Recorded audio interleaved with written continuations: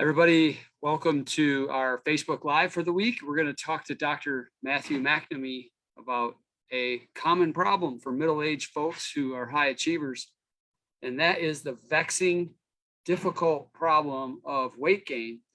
As you get past 40, you start to retain weight. You can't understand why, and it tends to fall in the center. And we want to kind of get to that question today with Dr. Matt. Dr. Matt, hello, how are you today? I'm doing well. Thanks, Steve. How about you? Good. So, Dr. Matt, this is a common problem, and you can comment. Do you agree that this is a common issue that you see with people who are 40 plus, especially the ones that are challenged with a lot of stress in their lives? Yeah, absolutely. Super common. Yeah. So, can you kind of walk us through what is the root cause of this issue? Because you and I have talked many times before. There's a million people out there selling solutions to weight loss, but very few of them are enduring. And can you kind of get at what the root can be? And I know it's multi-factor, so maybe walk through all the different factors that typically you see as a clinician that cause people to start retaining weight. Sure. Yeah, I was going to say, root cause is, there's multiple, and a lot of times it's it could be 2-3 different things for each individual. Mm-hmm. I would say, one of the primary drivers is insulin basically resistance. So the insulin levels start to go up in the body, and then the body tends to hang on to it. It takes, the energy, stores it in the fat tissues, and then stops the breakdown of fat tissue. So when that remains high, the body's going to have more of a difficult time releasing any of that fat. Mm-hmm. And that's typical, isn't it, Dr. Matt, that insulin resistance tends to grow as people get older? It does. There's multiple factors for that, but I do see trends in that. It's kind of like what came first, but there's a lot of times, as a byproduct of starches and processed foods, refined carbs and such, insulin levels go up, they stay up, and then there's this kind of process where the body ends up storing the fat, and then it stores it in the abdominal cavity. We call that visceral adiposity. Mm-hmm. And that fat actually drives this insulin resistance picture even more and keeps levels elevated. Mm-hmm. And then the fat in the abdomen, just in itself is very, very active in a sense where it's almost like an endocrine organ itself. It secretes hormones that we don't want, that have essentially bad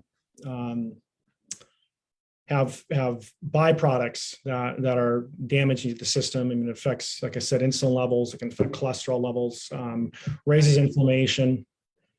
Which then makes it harder to lose the weight permanently, doesn't it? Correct. Inflammation in itself is one of these underlying factors as well. Which if you get the fat tissue in the abdomen there, inflammation typically will go up, and that will cause your body to hang on to it even more.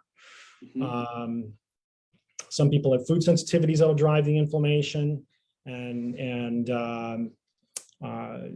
stress will also play a role into the picture as well. Mm-hmm.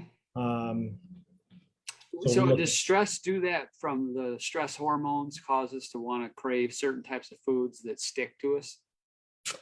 That's kind of a double layer there. So yes, the stress hormones will create or changes in your whole the hormones that regulate your appetite and hunger, as well as your satiation, and just the hormone being elevated over time from just chronic stress in itself will cause your body to typically hang on to more fat tissue. Mm-hmm. Are there any other reasons? Those are big ones. What about the role of sleep in terms of weight gain? Is there a connection between poor sleep, and weight gain? Sure. I mean, there's multiple connections. I mean, they've measured people, basically people have gotten, less than 7 hours of sleep increases your insulin resistance. So right there, you're already Yeah. playing against, your Yeah. insulin levels will Yeah. go up right there. Yeah. Sleep deprivation will also cause cortisol levels to go up. That's another one that stress hormone that'll cause you to, retain weight. So there are, I think, several mechanisms behind that, but they've done studies, and I think it's one of the areas I look at. If we don't address sleep, it can be more challenging to get weight off. What about sleep time or timing of eating? Does eating late, when, I've learned from you, your insulin, your ability to process the glucose and get it down diminishes as the day goes on, right? And so if you're loading your body up with food at 9 p.m. at night, it's not just that you go to sleep with a full tummy. It actually does things to you that cause you to retain that weight. Isn't that correct? Or correct me if I'm wrong. Well, I think what you're getting at is, they've done studies where you look at the sensitivity and how well insulin, the hormone, it works with the receptors and such throughout the day, and it has its sensitivity in the morning, and then that decreases throughout the day. So you get, a little less sensitivity, doesn't work as well. Blood sugars may remain higher. And then, I mean, eating before bed, there's all kinds of reasons that it's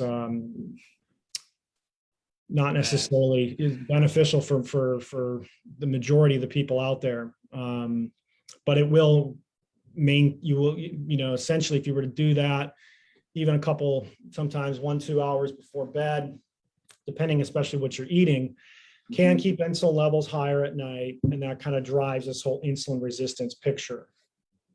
So I have a question. Some people are, they have a weight problem. They want to lose weight, but they have a lot of pain, and they feel like it's hopeless because they can't move. But I've heard you talk like that. You can still lose weight even if you can't move a lot early. Is there a path forward for people like this, Dr. Matt, where they could get some weight, get lost? Maybe they start feeling better, then they start moving, so the movement doesn't have to come first. I mean, 100%.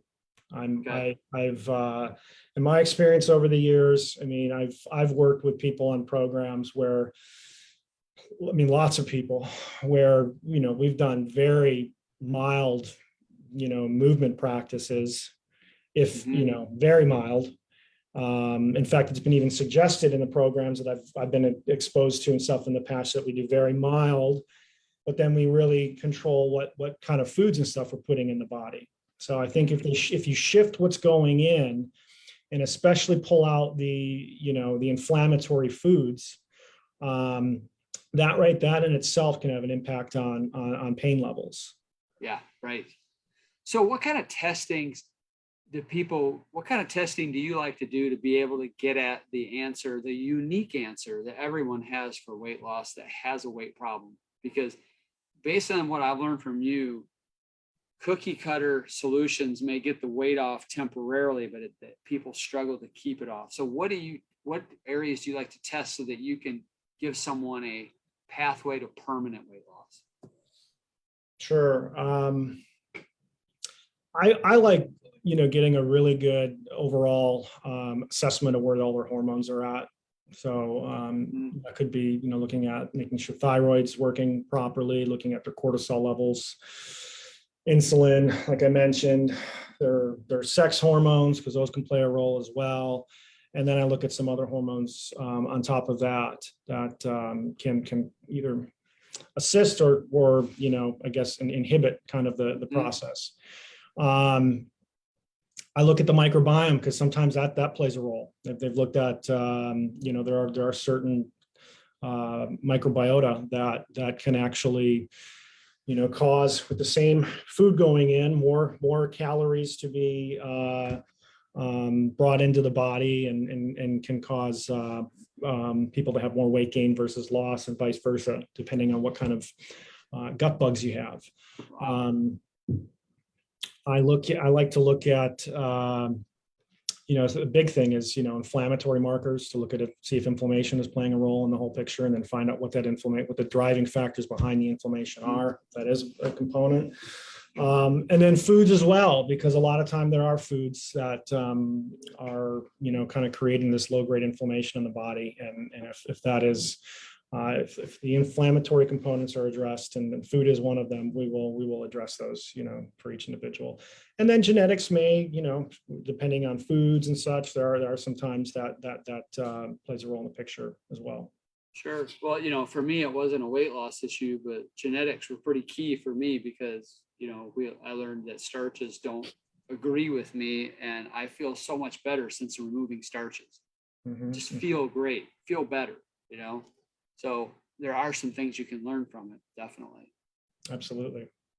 Well, thank you, Dr. Matt. And listen, if you're listening, you're watching, and you are really tired and fed up of New Year's resolutions with the weight loss program of the day on TV.